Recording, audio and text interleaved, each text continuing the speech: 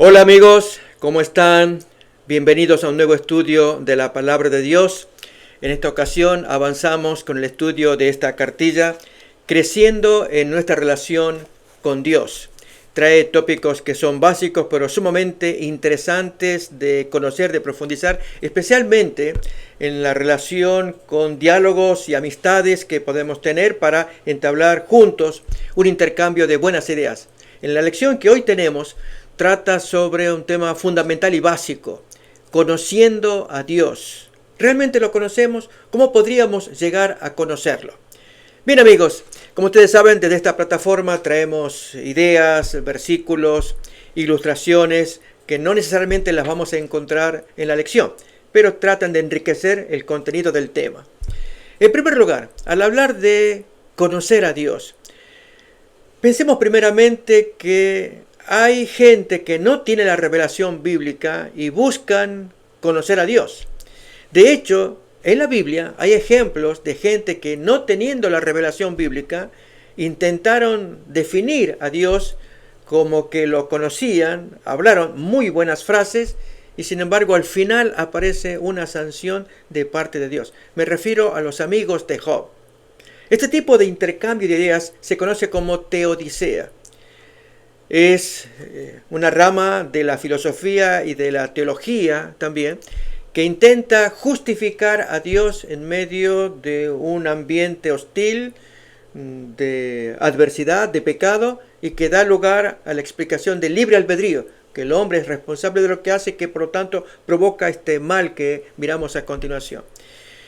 Vamos pues a mirar los textos que nos propone la lección, a leer también no solamente los versículos, sino algunas ideas que puedan ser útiles en nuestra comprensión de conociendo a Dios. Como vemos allí, nos traen los textos de Génesis capítulo 3. Este es un ejemplo, quizás sea el primero, de un intento, por supuesto, fallido y falso de parte del enemigo de Dios, de procurar conocer a Dios. Trae una muy mala información. No obstante, el relato del Génesis es el primero que trae la Biblia, donde al momento de explicar el bien y el mal, ahí nos queda claro, amigos. Esto es, Dios crea el bien, crea al hombre, tal como lo revela la palabra de Dios, y un enemigo aparece en escena. Déjeme decir que hay otras culturas como la cultura persa, con Zoroastro, su gran profeta, que explican el origen del bien y del mal como entes que vienen desde siempre, que son eternos. Vinieron desde siempre y durarán para siempre.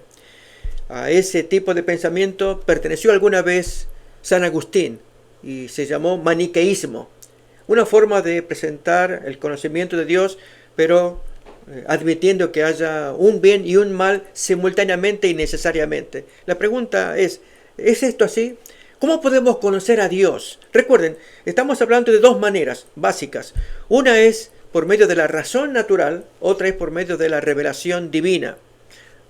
Abarquemos la primera, la razón natural.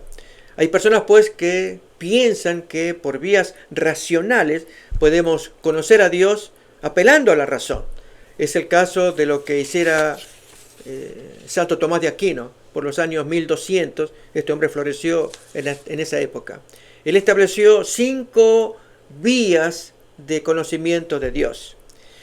Tal vez entre nuestros oyentes alguno dirá, pero no me interesa lo que diga la gente, la filosofía u otra gente, me interesa lo que diga la Biblia. Y tiene razón, yo estoy con usted. Pero hay personas con las cuales tenemos que dialogar, y especialmente quienes estamos llegando a los fines del tiempo, a los días finales de la historia de la humanidad, en que si queremos ganar amigos debemos tener algunos argumentos, por lo menos información básica, fundamental. Una es esta. Hay gente que, de hecho, tengo algunas amistades que cuando hablamos de Dios quieren algún tipo de razonamiento lógico. Por supuesto, tenemos la palabra de Dios y es la fuente segura para tener un correcto conocimiento de Dios.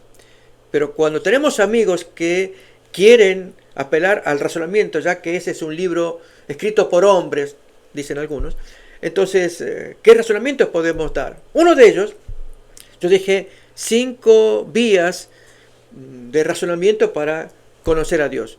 Una de ellas tiene que ver con el movimiento. Miren ustedes, el primer motor.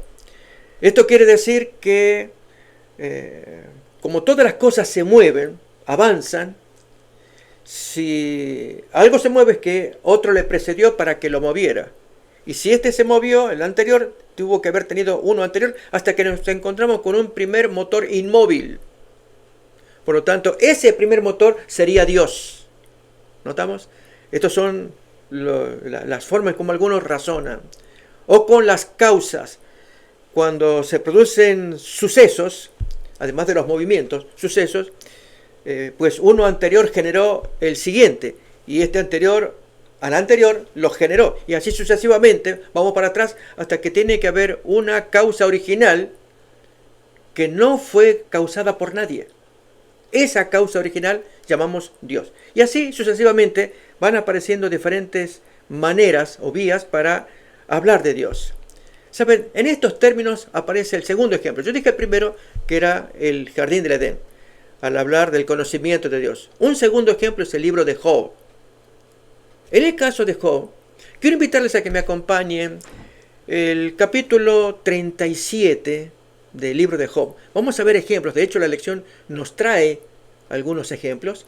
Voy a invitar a leer desde los versículos primeros los razonamientos que hace al menos el último personaje, Eliú.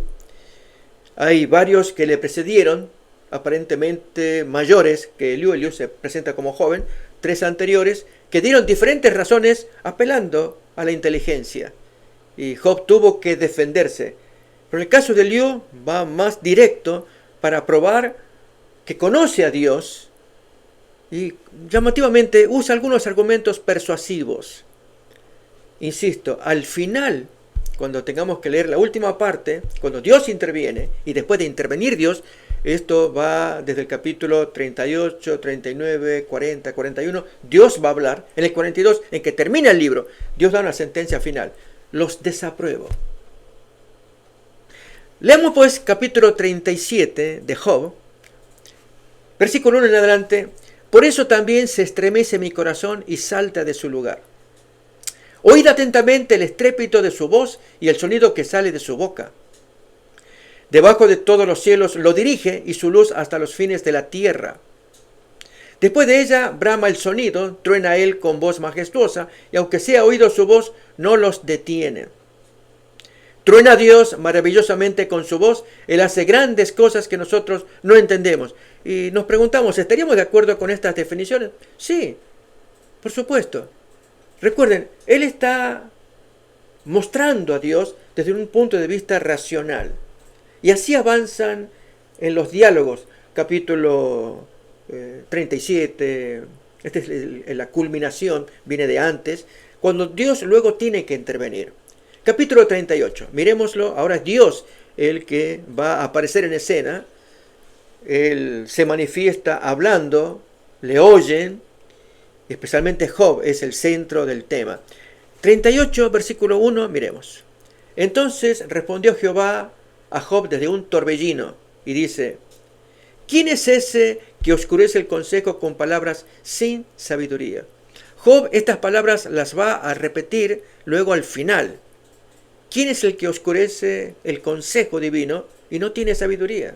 Pues mucha gente cuando hablan, opinan, y lógicamente aquellos amigos nuestros que quizás no van a fundar su conocimiento en la revelación bíblica, sino apelan a la razón. A ver, dame argumentos que yo los pueda meditar. Dios diría a los tales: tú oscureces el consejo del cielo sin sabiduría. A ver cómo sigue el razonamiento de Dios y qué argumento usa Él para que lo conozcamos. Recuerden, nuestro tópico es conocer a Dios. ¿Cómo lo podemos conocer? Hemos dicho, por medio del razonamiento humano, tan limitado. El otro, la revelación divina. Miremos cómo sigue la respuesta de Dios al diálogo múltiple. Todos los varones hablan, incluido Job también, y Dios va a intervenir. Ahora ciñe como varón tus lomos, yo te preguntaré, y ahora tú me vas a contestar. Miren cómo Dios se revela a sí mismo, haciendo comentarios y preguntas, pero mostrando su gran poder creador. Miremos. ¿Dónde estabas tú cuando yo fundaba la tierra? Házmelo saber si es que tienes inteligencia. Y así, amigos, si avanzamos con la lectura del libro de Job y especialmente este diálogo de Dios, llegamos a una conclusión. Yo les animo a que ustedes puedan seguir avanzando leyéndolo. Y es que Dios quiere que la gente lo conozca como creador. ¿Dónde estabas cuando yo hice esto, lo otro y lo demás allá? Y habla de las maravillas de la creación. Al punto que cuando Job, que se limita a escuchar, queda tan anonadado, tan empequeñecido, que él mismo dice, yo hablaba sin saber. Amigos, nosotros necesitamos conocer a ese Dios creador. Vamos a ver la conclusión. Recuerden, hay mucho para leer del libro de Job, pero extraemos lo esencial. Capítulo 42, versículo 1 en adelante. Vamos a ver cómo termina este diálogo de 41 capítulos entre Job, sus tres primeros amigos mayores, y luego un cuarto que apareció joven, casi desconocido, que quiso imponerse con su juventud y fuerza. Quizás el argumento más sólido de todos es el que trae ese joven Eliú, y sin embargo él no es citado. Como joven que es, puede tener mucho fuego, pero finalmente Dios va a dar una sentencia acerca de esas opiniones. Yo dije teodicea, recuerden, es el nombre que se le da a una teología racional en que se intenta justificar a Dios en un mundo malo, y atribuyéndole culpa especialmente al libre albedrío. La palabra teodicea deriva de dos términos, teo, que significa Dios, y dike, dice, significa justicia. Es justificar a Dios. ¿Cómo lo puedo justificar? Habiendo tanta maldad, crímenes, violencia, y si Dios es bueno, no entiendo. Y allí entonces aparece un elemento muy importante como es el libre albedrío. Bien, no obstante, la Biblia nos enseña en el primer relato, el de Génesis, el jardín del Edén, cómo el mal intervino por medio de la aparición de un ser extraño allí, al que llamamos Satanás. Y luego el libro de Job muestra el ejemplo de gente que busca explicar y demostrar que conoce a Dios. Pero ahora la respuesta final de Dios, capítulo 42, versículo 1 en adelante. Respondió Job a Jehová y dijo, yo conozco que todo lo puedes y que no hay pensamiento que se esconda de ti. ¿Quién es el que oscurece el consejo sin entendimiento? Recuerdan que fue la pregunta que Dios había hecho al comienzo, cuando él empezó a intervenir. Por tanto, él se admite a sí mismo, si bien esa expresión puede aplicarse a cualquiera de los otros compañeros. Por tanto, yo hablaba de lo que no entendía, cosas demasiado maravillosas para mí que yo no comprendía. Oye, te ruego y hablaré, te preguntaré y tú me enseñarás, porque allí lo reconoce como creador. Es el argumento principal que Dios va a utilizar en la respuesta que tiene para Job y aún para los amigos. Pero miren más cómo sigue este diálogo. De oídas te había oído, pero ahora mis ojos te ven como creador, reitero. Por tanto me aborrezco y me arrepiento en polvo y ceniza de las cosas que habré dicho, de mis sentimientos que habré demostrado. Él estaba arrepentido, veía a Dios como es, que como creador, y eso es un tema que hoy vamos a hablar, de las cualidades de nuestro Dios santo. La lección lo aborda muy bonito, ya vamos a mirar, pero completemos esta primera lectura de Job.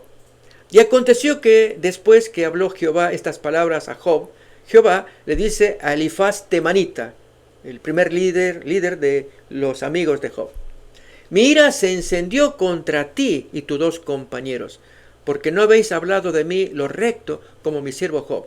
Saben, aquí es interesante que si examinamos los diálogos, realmente tienen contenidos muy positivos, agradables, atractivos, que podríamos validarlo. Decir, está correcto, dijo bien, reveló a Dios dentro de su razonamiento humano correctamente. Pero aquí lo que Dios les va a achacar es que hablaron correctamente ante una persona incorrecta. Hablaron cosas justas en una situación injusta. Las palabras no sirven.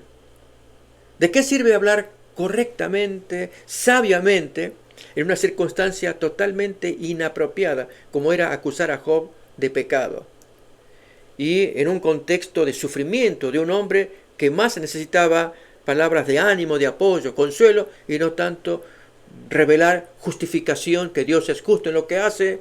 ¿Y qué hacemos con el hombre que está doliente, como el caso de Job? Por eso Dios se expresa de un modo muy severo contra esos amigos. Seguimos leyendo. Ahora pues, tomaos 7 becerros y 7 carneros, e id a mi siervo Job, y ofreced holocausto por vosotros, y mi siervo Job orará por vosotros, porque de cierto a él atenderé para no trataros afrentosamente, por cuanto no habéis hablado de mí con rectitud, como lo hizo mi siervo Job.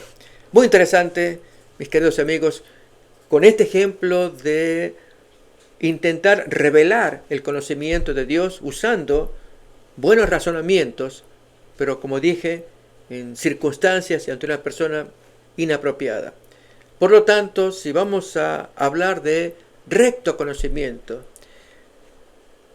pregunto, ¿qué otros instrumentos o vías tenemos para hablar del conocimiento de Dios? Recuerden, la lección que hoy estamos estudiando es ¿cómo conocer a Dios?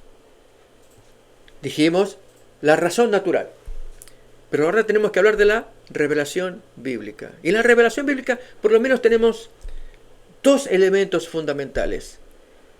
Una es el texto bíblico que contiene historias, tipos, símbolos, amonestaciones, mandamientos, etc.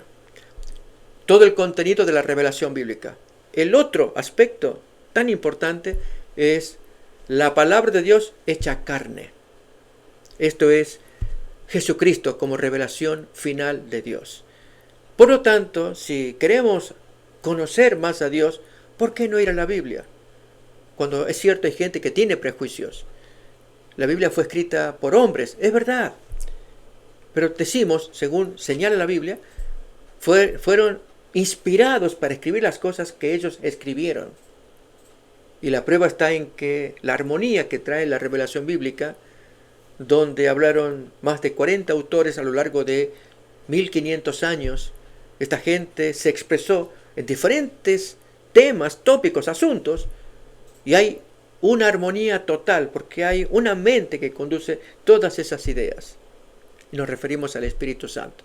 Vamos pues entonces a mirar este estudio de cómo conocer a Dios, tomando algunas frases que nos trae la lección.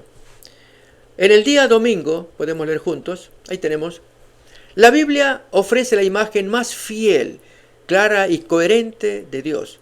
Toda la Escritura trata de descorrer el velo que separa el mundo visible del invisible, de mostrarnos de dónde venimos y a dónde vamos, y en última instancia, quién tiene el control, y además, cómo es Él. Es un planteo inicial fundamental. Claro, aquí van a surgir preguntas. Insisto, amigos, nosotros estudiamos, pero pensando en cómo podemos dialogar, afectar a otros, influir, testificar, no solamente para adquirir conocimiento y que nos fortalezca en la fe, es cómo yo puedo desarrollar argumentos para ayudarles a otros a que también puedan creer en Dios. Uno de ellos tiene que ver con la inspiración de la palabra de Dios. Creo que todos amamos a la persona de Jesucristo. Damos muchas gracias a Dios y honramos a nuestro Señor al decir que el nombre, la persona, la historia de Jesús quedó absolutamente fijada en la humanidad, de modo que uno tendría que ser prácticamente insano. Voy a dar un ejemplo de echar tierra culpando a Jesús de problemas que afectan a la humanidad. Un caso es Nietzsche, Friedrich Nietzsche. Este es un famoso filósofo. Este hombre desarrolló un argumento del superhombre y que Jesús fue quien trajo daño a la humanidad al crear un hombre o una imagen de hombre débil, cuando lo que estamos necesitando es cómo desarrollar el superhombre, todos nosotros. Y Jesús más bien crea el superdébil. De hecho, la palabra de Dios enseña al respecto. Por ejemplo, en 1 Corintios, capítulo 1, casi al final, cuando el apóstol Pablo está hablando de que Dios escogió lo necio del mundo, lo vil del mundo, lo despreciado del mundo, para avergonzar a aquellos que son sabios, aquellos que se figuran, que se creen. Ahí tenemos el texto, amigos, y es lo que este filósofo Nietzsche critica, que este es la esencia del mensaje de Jesús, fomentar gente débil, sino que lo necio del mundo escogió Dios para avergonzar a los sabios, y lo débil del mundo escogió Dios para avergonzar a lo fuerte. Lo vil del mundo y lo menospreciado escogió Dios, y lo que no es, o lo que no sirve, para deshacer lo que es, a fin de que nadie se jacte en su presencia. Si Dios escoge lo débil, lo necio, lo ignorante, ¿cuánta gente en esas condiciones se sienten tocadas al pensar que Dios las puede recibir para transformarlas en gente que sean hábiles en su destreza de la mente, de la memoria, de las respuestas, etc.? Pero este filósofo que mencioné, pues lo miró de un modo muy negativo. Salvo él y algunas pocas excepciones, en general, la visión que tenemos de Jesús es una visión noble, donde se defiende la persona de Jesús. Bien, este Jesús, amigos, es el que pronunció palabras que son sumamente valiosas. Pero entonces hablemos de estos dos órdenes para conocer a Dios. Uno es la revelación bíblica. La Biblia enseña de Dios. ¿Dónde enseña? Miren, un argumento que la Biblia usa para hablarnos de Dios. ¿Cómo podemos conocer a Dios? Aparece en Romanos capítulo 1, versículo 19 y 20. ¿Cómo podemos conocer a Dios? Y es a través de la naturaleza. Es la Biblia la que nos da esta pista. Miren la naturaleza y verán allí la mano del Creador. Miramos. Porque lo que de Dios se conoce, a esa gente les es manifiesta, pues Dios se lo manifestó. Porque las cosas invisibles de Él, su eterno poder y deidad, se hacen claramente visibles desde la creación del mundo, siendo entendidas por medio de las cosas hechas, de modo que no tienen excusa. Notemos entonces que las cosas de Dios, que son invisibles.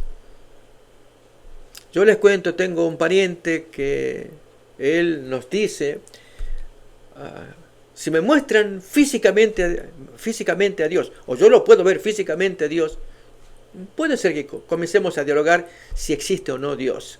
No, amigos, es imposible. Primero, hay una premisa que la Biblia enseña: Dios es invisible. Fue visible. Adán y Eva pudieron verlo, así nos cuenta la revelación, cuando estaban en su estado de pureza y perfección. Pero venido el pecado, eso es lo que nos separa. A nosotros que somos, todos admitimos eso, que traemos una mala naturaleza, nos separa de un Dios santo y puro. Y ese Dios quiere recuperar a esta raza humana al mismo estado en el que Adán y Eva fueron creados, un estado de pureza y santidad, para restablecer la mutua comunión. Bien, nuevamente mirando el texto de Romanos capítulo 1, 19 y 20, que las cosas invisibles de Dios son claramente conocidas, las invisibles por medio de las visibles. Esto es la naturaleza, allí lo podemos leer. Que las cosas invisibles de Él, su eterno poder y deidad, se hacen claramente visibles desde la creación del mundo, siendo entendidas por medio de las cosas hechas, de modo que no tienen excusa. Las cosas hechas son las que nos van a revelar de un Dios invisible. Tal vez sirva esta ilustración. No podemos ver la mano de Dios, pero Él nos dejó su guante que utilizó en su momento de crear. Y el guante que Dios usó es la naturaleza. Allí está la mano de Dios, en la naturaleza. Pero tal vez alguien dirá, bueno, si es así que la naturaleza revela a Dios, ¿qué hacemos con aquellas partes de la naturaleza que muestran violencia, como los animales depredadores? La violencia que hacen para sobrevivir. Es cierto. Por eso la naturaleza no nos podrá revelar perfectamente la mano de Dios. sino la Biblia y particularmente la palabra de Dios hecha carne, esto es Jesucristo. En el caso de la Biblia, los libros escritos nos muestran, el caso de Génesis capítulo 1, la lección nos habla de un Dios que se manifiesta creando y usa una palabra en hebreo, es cierto, Elohim, y otra palabra cuando participa Dios de la creación del ser humano, Yahweh o Yahvé. Esto está en la Biblia. Por lo tanto, podemos hablar de cómo Dios se mueve como creador, como trascendente, va más allá de nosotros, y luego un Dios de comunicación o inmanente. Son las palabras que la lección utiliza. Interesantes.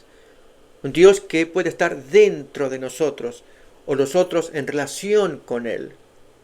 Un Dios que está más allá de nosotros, creador, y un Dios que puede estar con nosotros, en relación con nosotros, por la forma en cómo Él creó a la raza humana. Vamos pues entonces a mirar esta doble definición de Dios, Elohim, Yahweh, que aparece en Génesis 2:7. También está contemplado entre los versículos de estudio para esta semana. Génesis 2:7 dice allí: entonces Yahweh Elohim, así es como está en el hebreo, formó al hombre del polvo de la tierra y sopló en su nariz aliento de vida, y fue el hombre un ser viviente. Cuando Dios creó las cosas, Él dio órdenes a que la materia creara.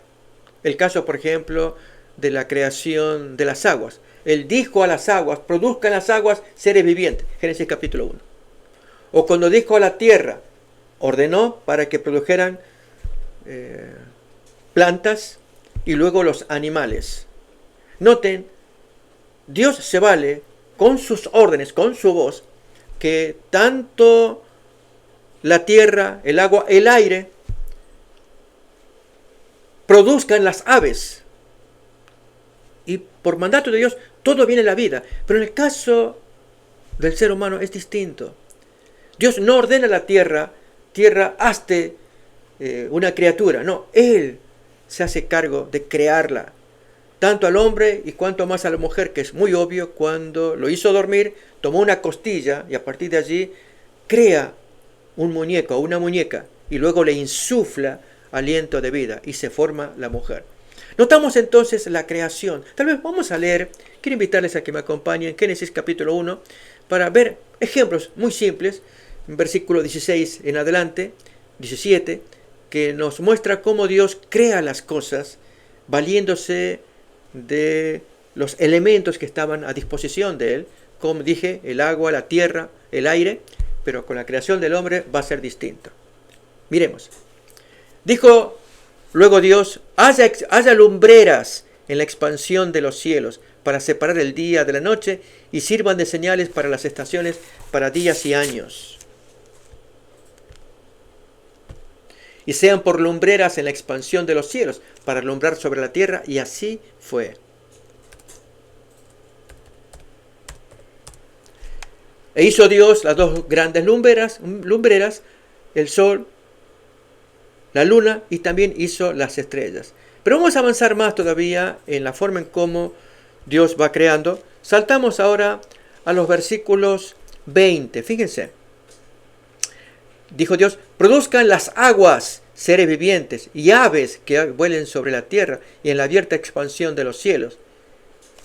Y ahí entonces nos cuenta cómo se crearon las cosas. Pero cuando llega al hombre, versículo 26, entonces dijo Dios: hagamos al hombre a nuestra imagen. Allí pide la participación de alguien, de un compañero, para hacerlo juntos. ¿Sí? Noten todavía en la creación del hombre, el versículo capítulo 2:7, cuando lo forma del polvo de la tierra y sopla en su nariz aliento de vida, y el hombre se convierte en alma viviente. Esto es creación directa de Dios a imagen, mientras que los animales, plantas, etcétera, fueron creados directo por Dios, pero no a imagen de Dios. En otras palabras, el hombre es absolutamente diferente de todo lo que ha sido creado. Como un hijo directo de Dios, y que Dios lo puso como mayordomo. Ese es el Dios que buscó comunicarse con el hombre. Y es lo que dijimos en el capítulo 2.7, la doble expresión Yahweh Elohim. Elohim es el Dios que crea, Yahweh o Jehová es el Dios que establece comunión allí en esa creación. Pero aquí que en el capítulo 3.1 aparece un elemento discordante y que felizmente la Biblia revela para que así no necesitemos de teodicea o explicaciones racionales para tratar de explicar el mal, como hacen los maniqueos de Zoroastro, que el mal viene desde siempre, junto con el bien, desde siempre, hay que soportarlo. No, este es un elemento extraño. Miremoslo, capítulo 3.1.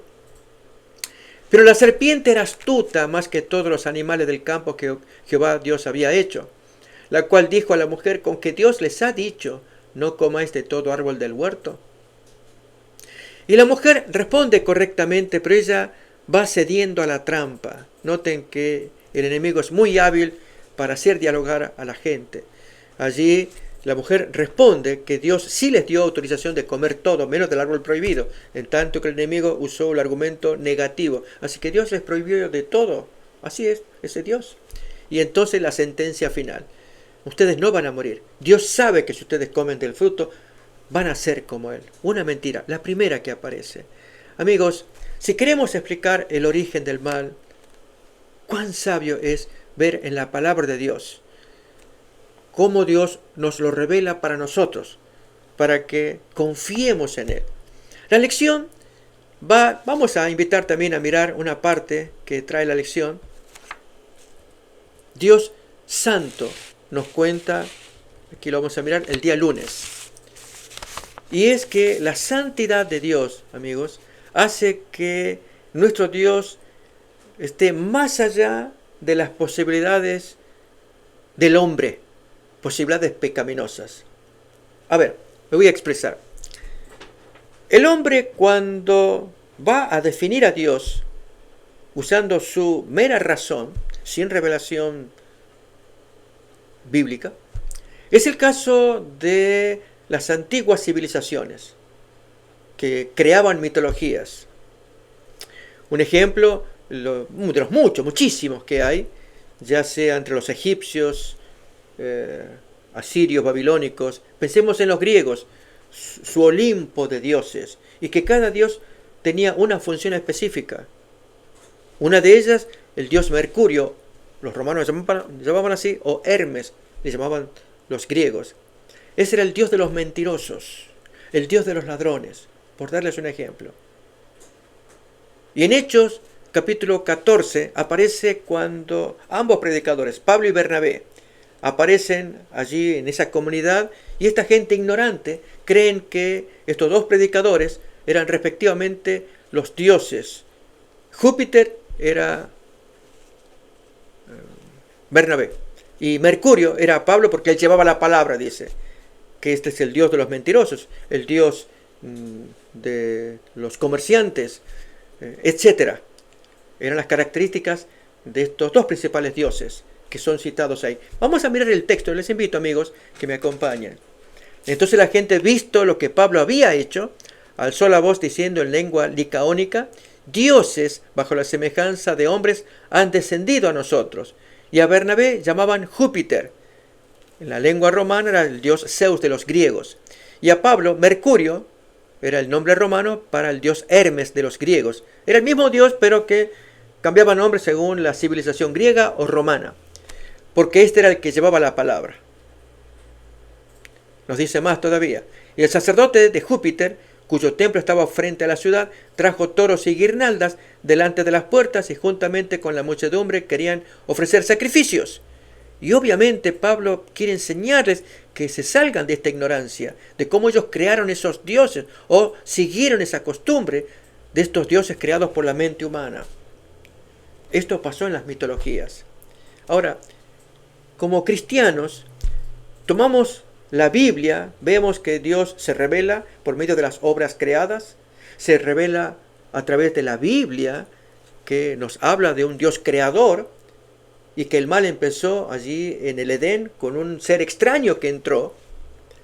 Pero para que nos quede mucho más claro la información, se valió de alguien más, que es la persona de Jesucristo.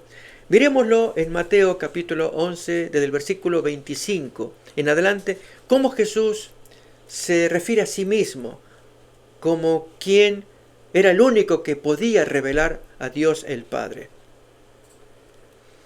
En aquel tiempo, respondiendo Jesús dice: yo te alabo, Padre, Señor del cielo y de la tierra, porque escondiste estas cosas de los sabios y de los entendidos y se las revelaste a los niños, es decir, a la gente humilde.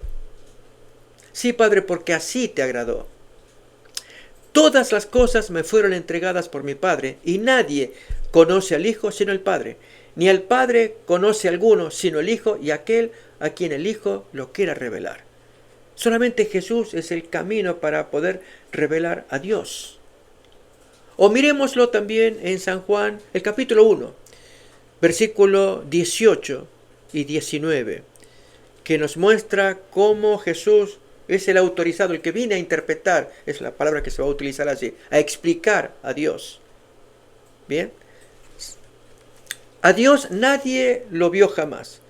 El Hijo unigénito que está en el seno del Padre, Él lo ha dado a conocer. Nadie lo vio. Solamente el Hijo lo puede dar a conocer. La palabra ahí significa explicar.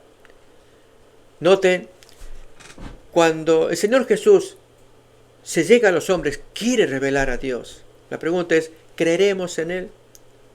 Estando con sus amigos, en San Juan capítulo 14, allí Felipe dice: Maestro, muéstranos al Padre y nos va a alcanzar.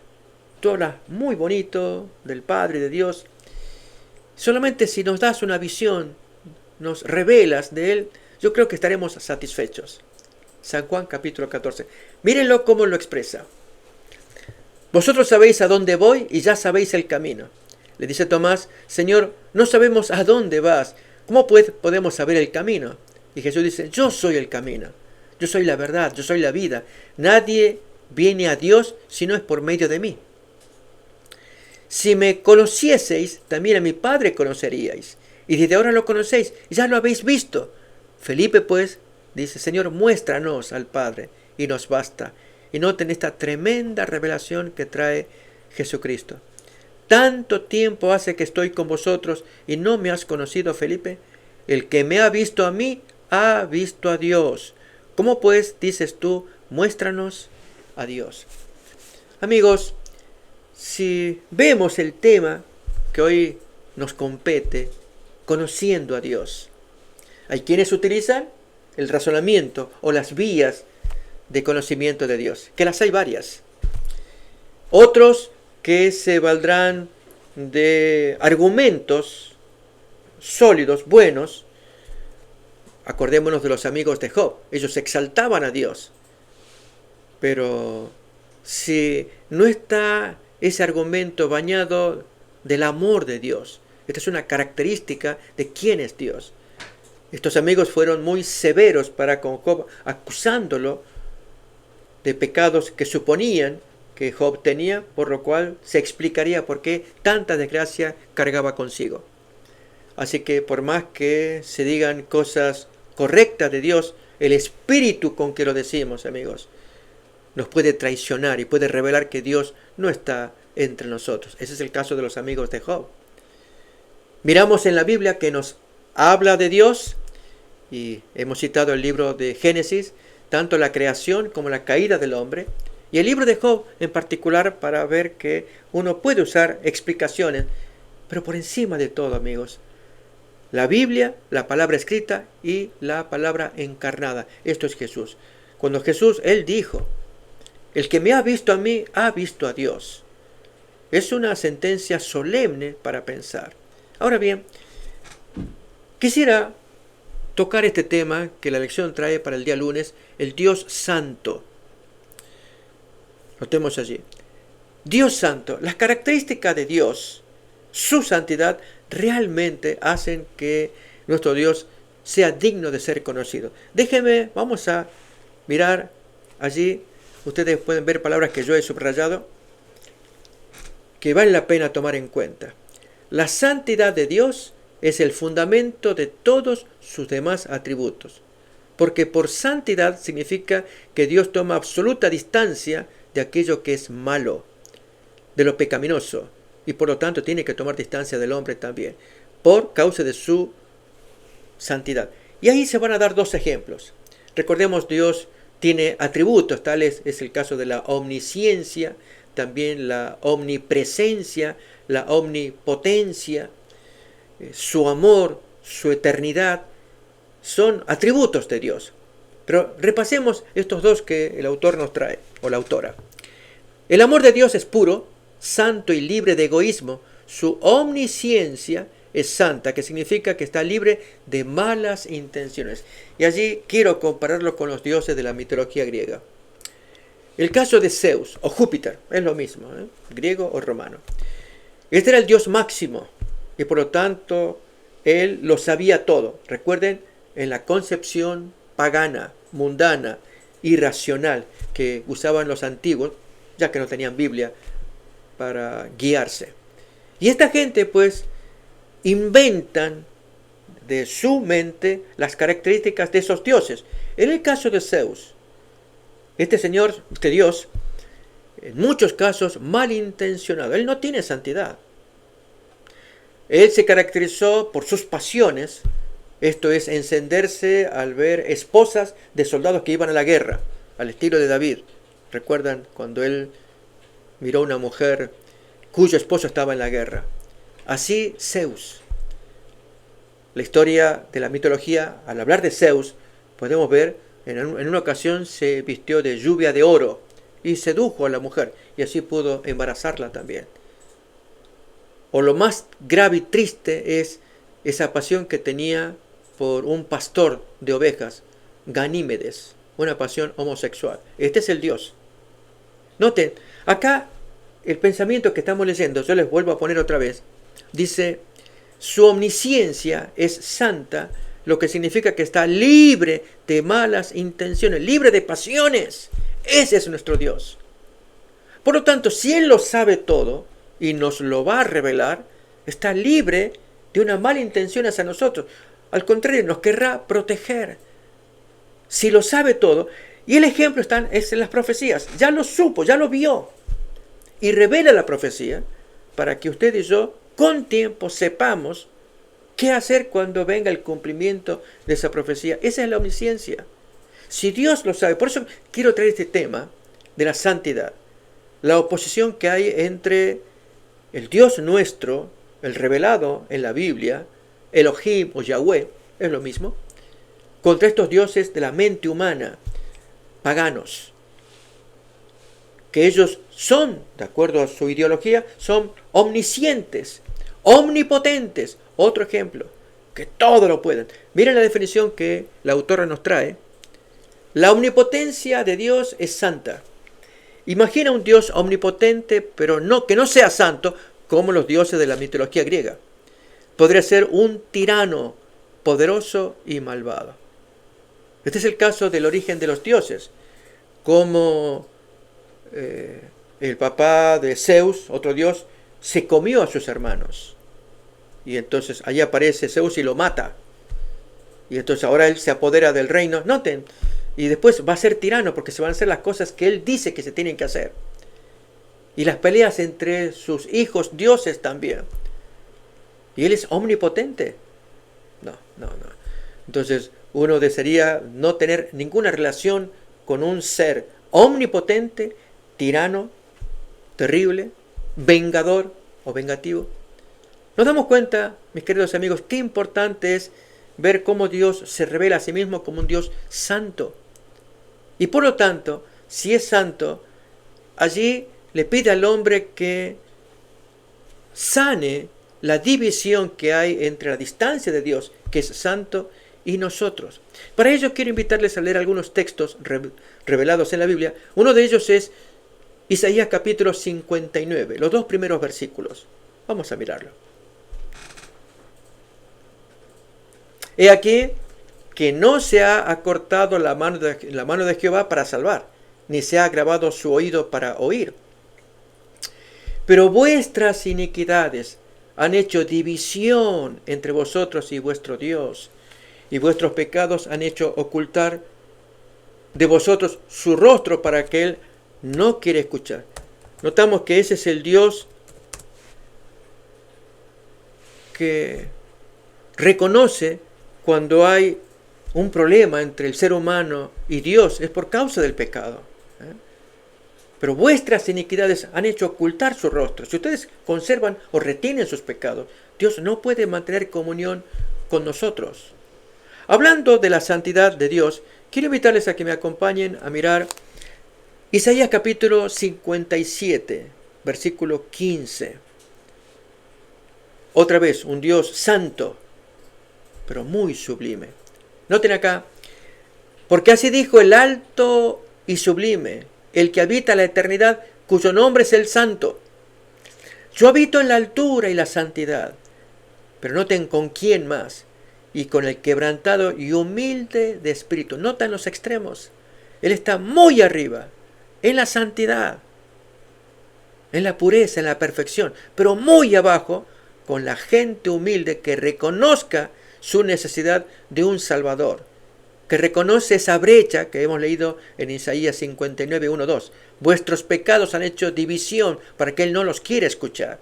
Cuando reconocemos esa brecha, ese hueco, esa división, y queremos subsanarla, entonces Dios se acerca y a ese quebrantado de espíritu, Dios que estaba muy arriba, se llega al que está abajo, para que pueda allanarse ese camino, esa ruptura que se produjo por causa de nuestros pecados.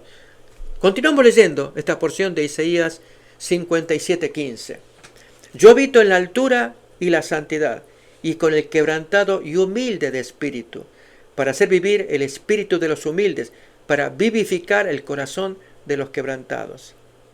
Este es el Dios, mis amigos, que nosotros debemos conocer. Un Dios muy alto, santo, porque no tiene comunicación con las cosas pecaminosas nuestras. Yo hablé de Zeus, di como ejemplo. Este es un Dios creado por la mente humana, muy venerado en la antigüedad. Obviamente no había revelación bíblica, y aunque lo hubiera, esta gente no les interesaba lo que los judíos podían producir. Al contrario, los judíos eran objeto de la persecución de griegos y romanos, confiados en sus dioses. Acordémonos de Nabucodonosor, otro ejemplo. Vamos a mirarlo como ilustración, Daniel capítulo 1, versículo 1 y 2.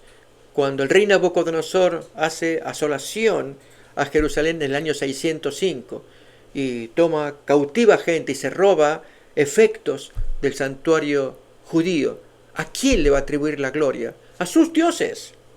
Daniel 1, 1 y 2. En el año tercero del reinado de Joacim, rey de Judá, vino Nabucodonosor, rey de Babilonia, a Jerusalén y la sitió. Y el Señor entregó en sus manos a Joacim, rey de Judá, y parte de los utensilios de la casa de Dios, y los trajo a tierra de Sinar, a la casa de su Dios, y colocó los utensilios en la casa del tesoro de su Dios para darle gracias al dios Marduk, que era el dios principal de Babilonia. Imagínense la escena. Nabucodonosor postrándose ante esa estatua. Su nombre es Marduk. Y te doy gracias porque tú tuviste fuerza para vencer al Dios de los enemigos, al Yahweh de los hebreos, Dios débil. ¿Notan? Amigos, Dios soportó todo ello. Pero Dios traía un plan. Y era castigar a su propio pueblo por causa de su santidad. Porque había una brecha profunda entre la santidad de Dios y los pecados del hombre. Pero si el hombre se arrepiente, como dice el texto que hemos leído de Isaías 57, Dios está en lo alto, en lo sublime, esto es el santo, Él habita en la altura, pero habita con el quebrantado también. Pero en esos días, mis amigos, por medio de la predicación del profeta Jeremías, nadie quería arrepentirse. Todos soberbios confiaban en que la potencia enemiga de Egipto los podía ayudar en el avance que hacía este rey terrible, desolador, como fue Nabucodonosor. Por lo tanto, estos incrédulos israelitas, incrédulos al mensaje de Jeremías, confiaban en que Egipto los ayudaría para pelear, vencer a Nabucodonosor y así recuperar la libertad, la soberanía que ellos tenían hasta ese momento. Amigos, qué importante es ver en ese Dios, yo dije santidad, porque ese Dios no se mezcla con nuestras mezquindades, nuestro pecado. Pero si reconocemos nuestro pecado o nuestra mezquindad, entonces Dios sí se acerca y se restablece esa relación. Para ello vino el Señor Jesucristo. Mírenlo cómo el Señor lo va a expresar en San Juan capítulo 17. ¿En qué consiste la vida eterna? Vamos a leer desde los primeros versículos.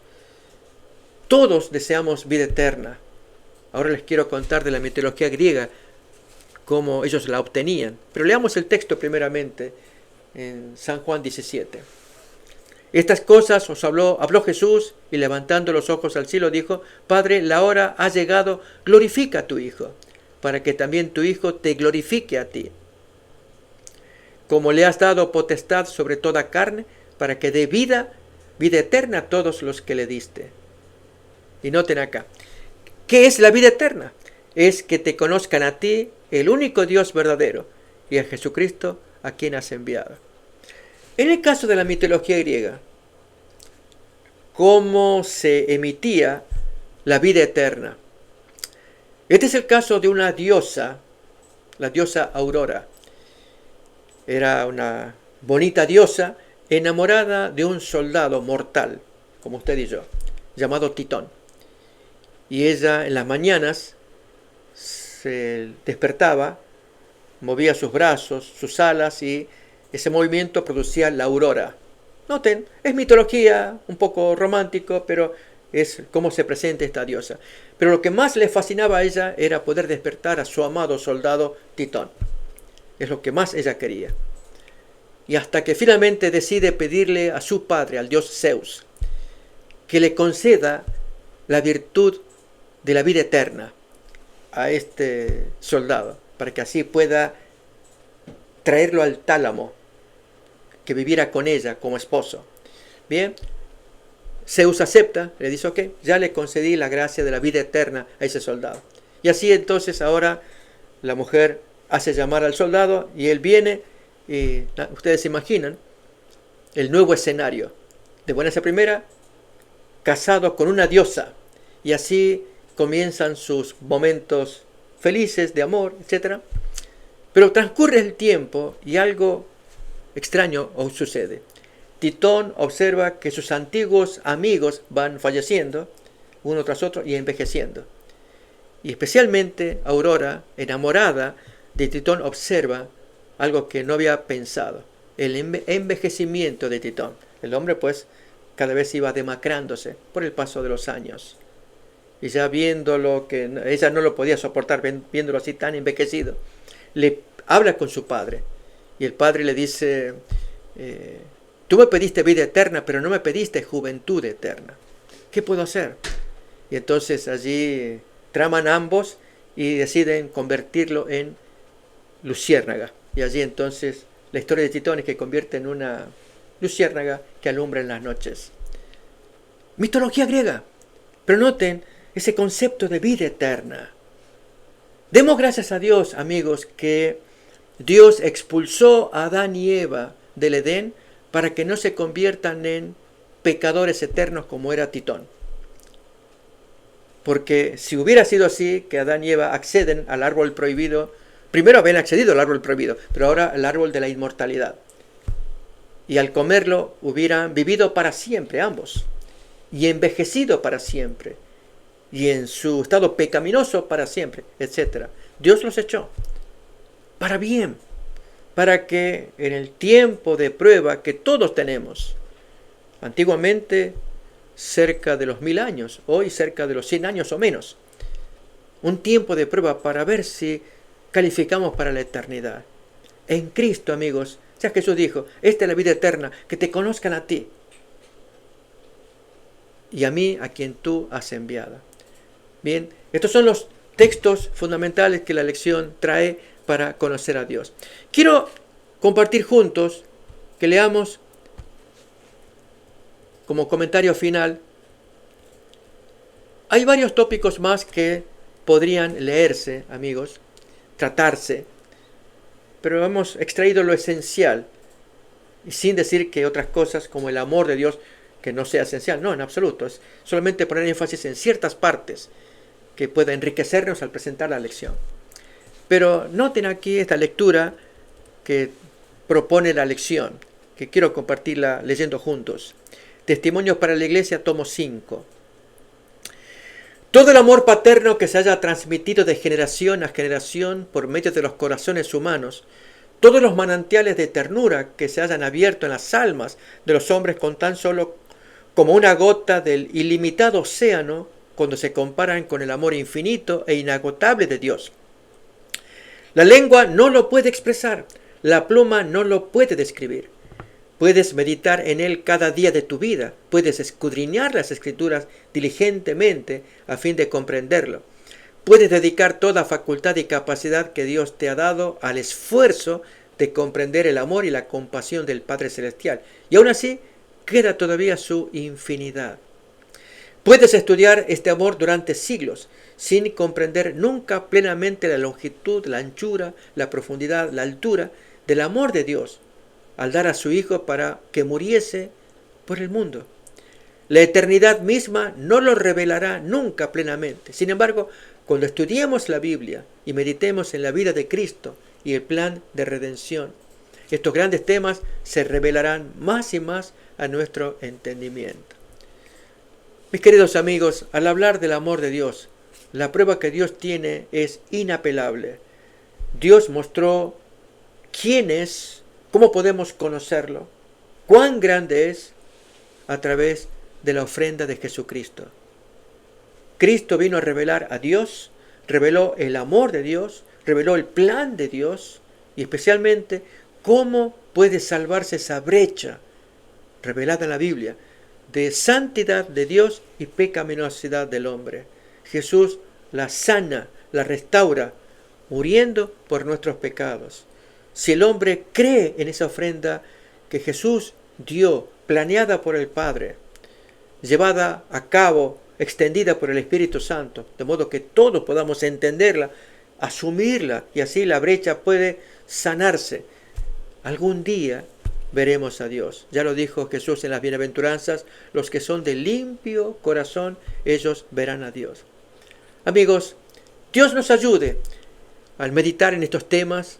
Les invito a que sigamos leyendo la lección, los versículos que se traen, para que adquiramos mayor conocimiento de quién es nuestro Creador. Que Dios les bendiga. Amén.